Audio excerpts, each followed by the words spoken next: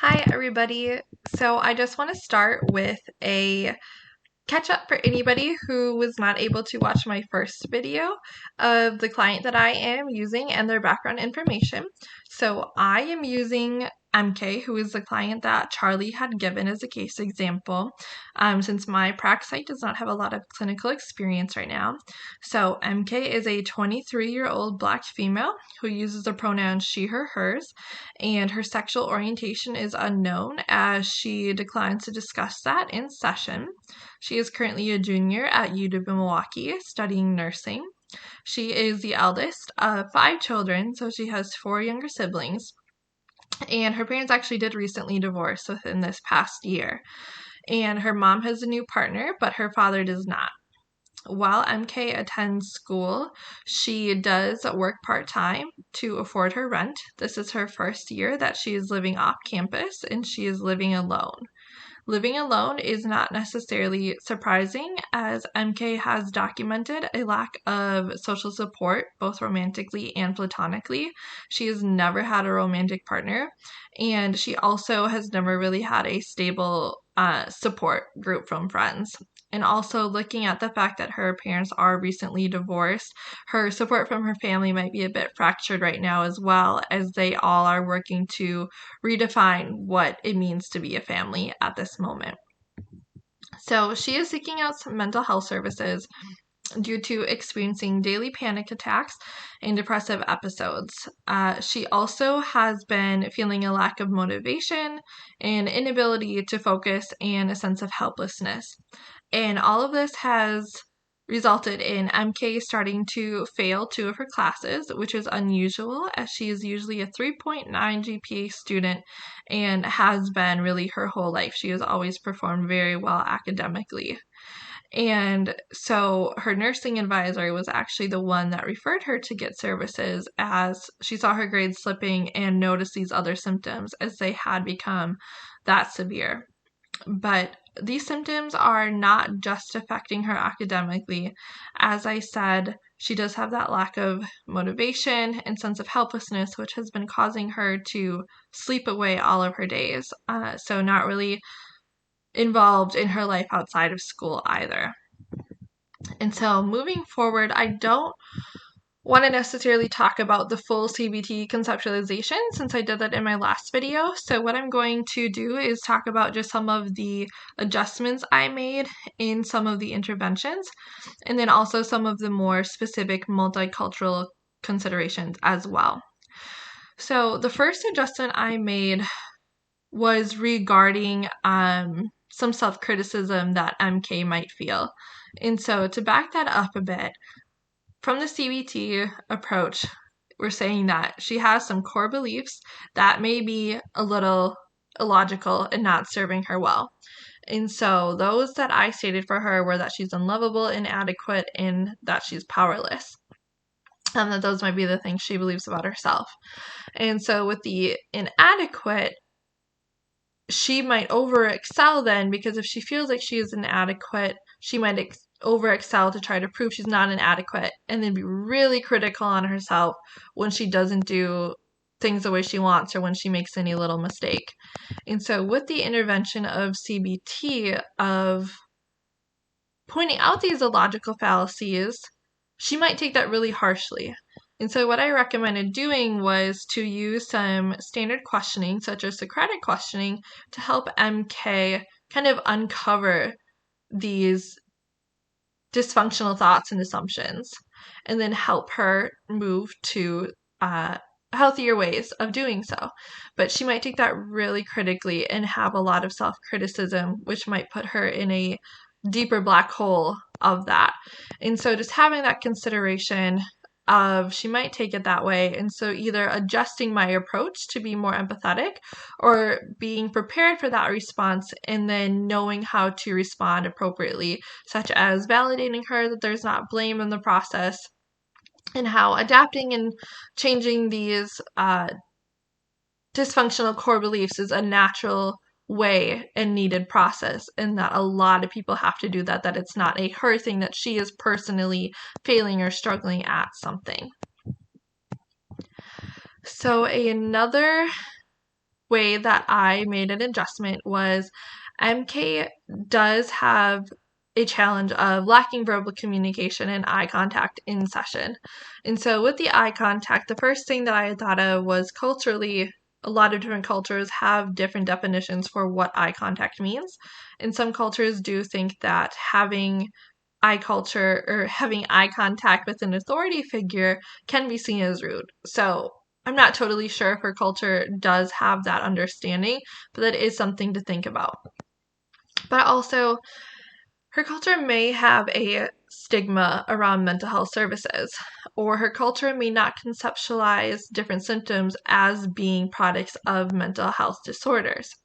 And so, going back, MK's family does not have a documented history of mental health concerns or substance abuse concerns. Now, that does not mean, however, that there have never been any concerns there. It could be that MK's culture does have this stigma towards mental health or this lack of a conceptualization of symptoms as mental health concerns. And so in her family, it may be taboo to talk about this.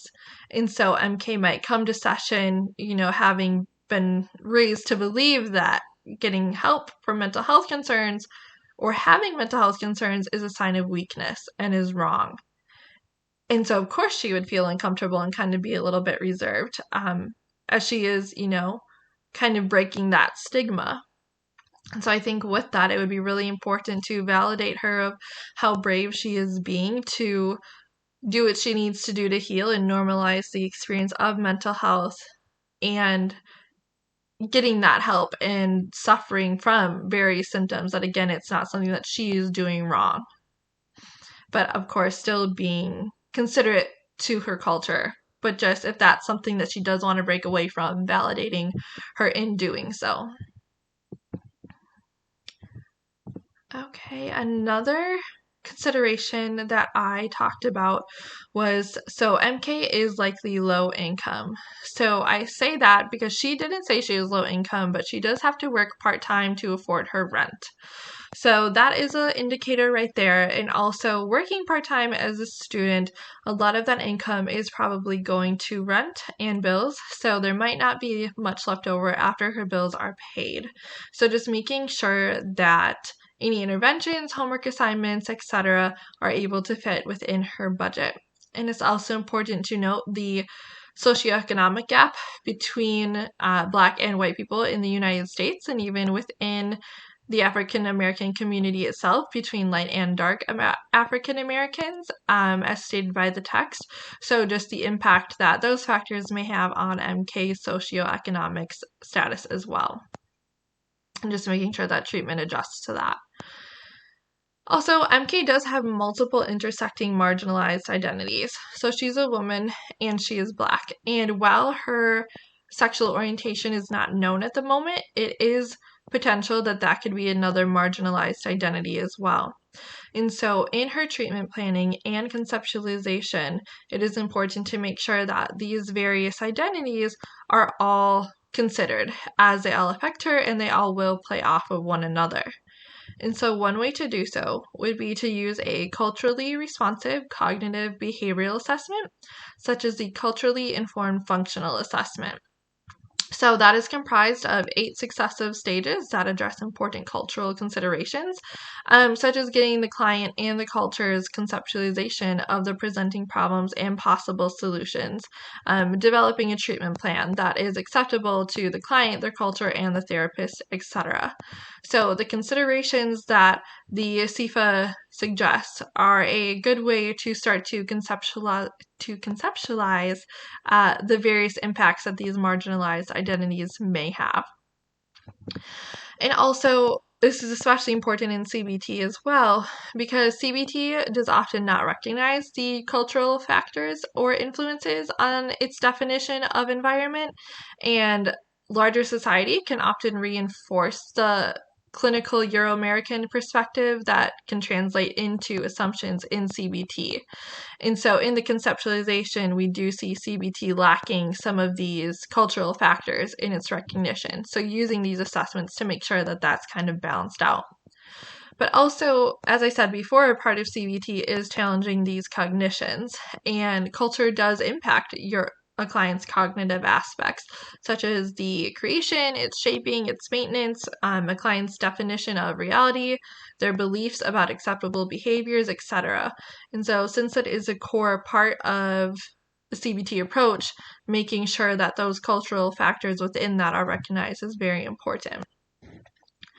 And regarding MK being a cisgender female, it is important to recognize the gender biases against women in the field. So that could be in assessment tools, in the conceptualizations, in the assessments, the diagnostic processes, etc. Clinical judgment has been found in all of that. So making sure that those biases are recognized within the field and then adaptations are made, such as providing some supplementary tools, assessments, theories, such as like a feminist theory, or this isn't necessarily relevant to female, but like if there is an assessment that has a language barrier with a client, making sure that those modifications are made so that their culture is taken into account and they're not being kind of docked or over pathologized for things that they should not be. And then, like I said, too, making sure internally that the therapist is aware of their own bias when implementing all of these as well. And this is also especially important for MK in the fact that she also does appear to be suffering from depression, which is one of the most overdiagnosed disorders in females in a world where females are already very much overdiagnosed. And also, it has found how important social support is to the female identity for healing and good mental health and well-being. So MK is lacking in that. So making sure that that support is prioritized as a main treatment goal to help her get that support that has been beneficial to that cultural identity of hers. And then lastly, MK is Black, so that will have some considerations as well. And like I said before, the field is very Eurocentric, and that affects all approaches and is often very deeply embedded in the roots of the foundations and the lenses that they are created in. And often those lenses are lenses of an oppressive identity. So being white people have oppressed many different identities that clients may hold, for example. So making sure that, again, any relevant complementary theories are provided and that the therapist is aware of these biases. And with that too, that a trauma approach is potentially needed, as a lot of marginalized identities could have some generational trauma from that oppression. And so having that approach there to help them deal with that as well. And then not pathologizing any of these symptoms that do stem from oppression or racism. As often happens, especially from the Eurocentric lens of CBT and other approaches. And this is especially important for MK2 because anger at perceived racism and discrimination is one of the primary reasons that African Americans do seek therapy. And also, with any culture, it is important to capitalize on the strengths of the culture specifically too, not just the client, but also specifically with their culture.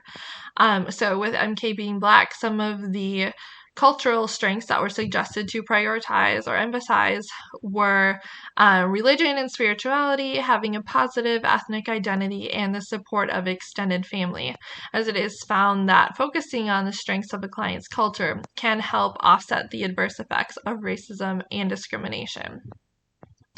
I think it's important, though, to remember that a client's symptoms is not always due to their identity, so not to make assumptions of you're sad because you've been oppressed or, you're sad because you're gay, etc., and to really prioritize and validate the client's voice and perspective in that of the role that their culture does play in their presenting symptoms.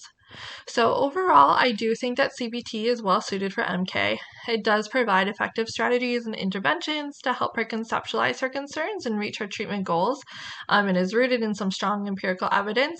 But of course, like I said, it does have some areas lacking of multicultural competency and compassion.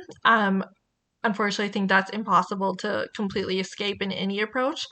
But with that, then the therapist does need to recognize that and to make the appropriate adjustments and provide the appropriate complementary adjustments, material, resources, referrals, etc. to try to outbalance some of those effects.